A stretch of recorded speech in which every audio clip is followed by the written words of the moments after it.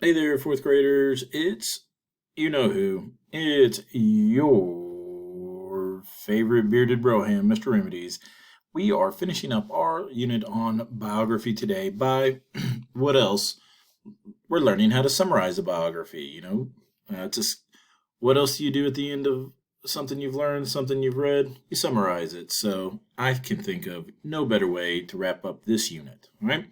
As always, we're going to scoot on over to our learning goal and success criteria and then dive right into the meat and potatoes of our lesson. So today, our learning goal is to tell the important events in a biography in chronological order. Man, that's such a big word. I bet it's going to be on our success criteria. Our success criteria, boom. Oh man, I'm so psychic. Is hopefully you can say these to yourselves. The first being, I can define chronological.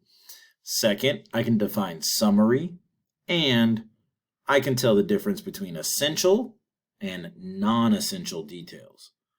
If you can hit those along your way, man, I know that you are right on track to getting your goal.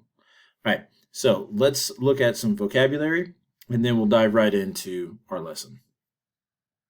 We are looking at two words today. The first being chronological, a big old word. That really means in order according to the time they happened. So anytime you see the root word chrono, that has to do with time. Okay. So we're also looking at the word summary. And I'm pretty sure you guys know what a summary is, but let's define it just to jog the old memory. Our summary definition is a short retelling of events or information in your own words, focused on the main ideas. Okay? So we're going to be using these two words pretty often in today's lesson, so it's a good idea that you learn what they mean. All right, now let's get into the how-tos of today's lesson. So what does a summary of a biography look and sound like? Let's give it a little look-see how. Oh, here we go. Bam. All right. So check out my summary of 6 dots. So in 6 dots, Jen Bryant tells the story of Luis Braille. When Luis was a child, he suffered an accident that left him blind in both eyes. Many people helped him learn his way around his world, but he wanted to learn more. He was sent to a school for the blind in Paris. Although the school had books for blind people, they were difficult to read. Luis decided to make another way for blind people to read after he learned a code that was used by the military to send messages. After many years, he developed a system that made it possible for the blind to read and write quickly and easily. It is still used today. This story shows how a person can overcome disabilities and help others. So now I'm going to ask you, what do you notice about this summary? What information did I include? Did you notice that I included the title and the author of the book? I bet you realize that I have to include the subject's name because that's what the book's about. So we have to include the subject's name in our summary. If I look here, I'm gonna mostly put where the subject lived. That's pretty important to me. As we learned in previous lessons, the setting in which a story or biography takes place is very, very important. I'm going to look here. Here, I see some events happening. Oh, and there. And I see that events in the order they happened. This is chronological order. And as you've seen on the screen, it's incredibly important to put a person's life events in order according to how they happened. So why is that?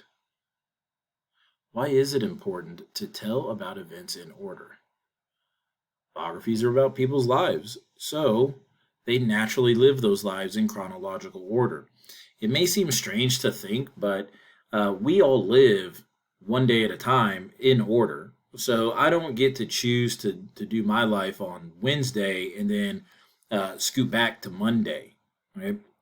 No, we live our lives in chronological order. Biographies and summaries of those biographies need to be told in chronological order. Right? Right? So then using chronological order is best because that's how it actually happened. Right? And because that's actually how everybody lives their life, our summary will be organized and easily understood. Right? So we want to make it easy for our reader to read our summaries and really understand what our reports are about. And keeping chronological order in mind is a great way to do that. Now, what else do you notice? What else do I notice? Did you notice here that when we talk about Louis Braille's his disability, right? That disability causes him to do some great things.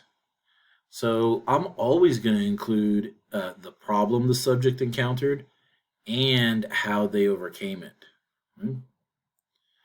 Right?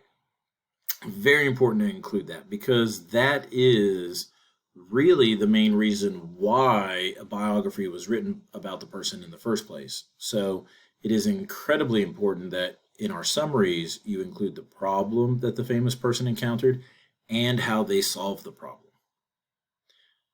And I finally see here down at the end of my summary, I see the writer's message. Right? And so I'm putting together all of my good reading skills to not only read the biography and learn from the biography, but also to write a summary about it. So I have to be able to understand, infer the writer's message so I can include it in my summary. So let's go to the list. Let's just make sure that we can kind of organize our thoughts in a quick checklist, what to include in a summary of a biography. So I will always want to include the subject of the book, why the subject is important, where and when the subject lived, the important events in order, chronological order, the problems the subject faced and how they were solved. And I want to kind of wrap up my summary with the writer's message. Why did the writer want to do a biography on this famous person? You use this as a quick checklist for any of the summaries on our biographies, and I think you'll be A-okay, guys. As a review, we're going to wrap this whole thing up with a nice little review. Biographies are often told in chronological order because that's how life actually happens. The word chronological means in order according to time. A summary should always be in chronological order, a summary of a biography, that is. And a summary of a biography should include the following: the subject's name, where and when the subject lived, why the subject is important, the important events in order, the problems the subject encountered and how they were solved, and although it's cut off a little bit, we always should include the writer's message at the end of our summary. Boys and girls, I cannot tell you how much of a pleasure it's been to bring to you some of these pretty sweet biography lessons. Reading biographies is something I enjoyed as a kid, and you know what? I still enjoy reading about my favorite musicians, even when I have free time now. So being able to summarize those is a good skill that I think we should all learn. Okay? I have really enjoyed this biography unit. I hope you guys have enjoyed it, got some good skills off of it, or been exposed to some famous people that you want to learn more about. Right? As always, if someone hasn't told you today, I'm here to tell you that you are amazing, you're doing great things, and I will see you probably tomorrow. Definitely tomorrow. All right, guys, be well, do well. See you guys later.